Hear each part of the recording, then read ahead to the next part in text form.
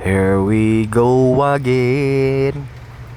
So, ito yung unang upload ko na kumukulo yung radiator.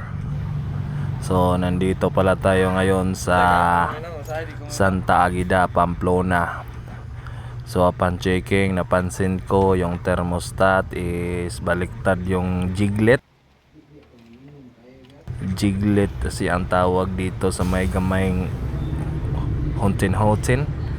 Dapat kasi nakaganito ito kasi magkukos ng overheat yan once na nasa ilalim yung jiglet. Swat. Removable.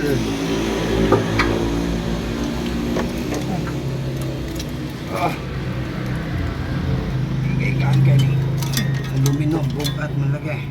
Okay. This is the reface face to face. Gawas. Tubig aluminum. Sakol. Tapos may nakita tayong konting tubig-tubig dito, no? Karton to, naslalom to. Natin slalom.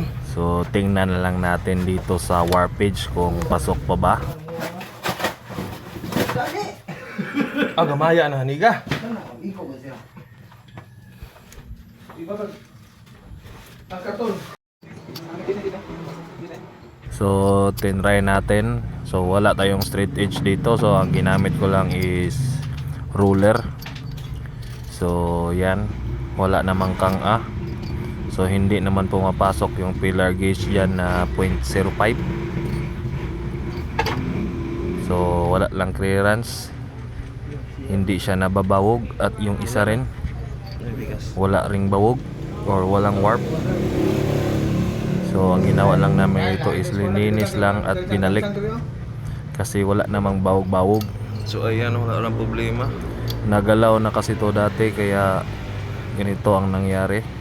So tiningnan ko tong head gasket kung may problema ba dito, pero nakita ko may sunog-sunog, may usok na lumabas dito.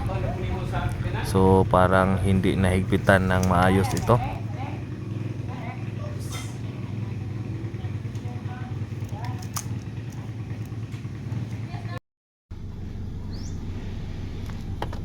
So after nating ma-install, no, so ginawa natin is yung torque nito is 22 Newton meter. Tapos dinagdagan lang natin ng 180 degree, 90%. Okay na, Jack.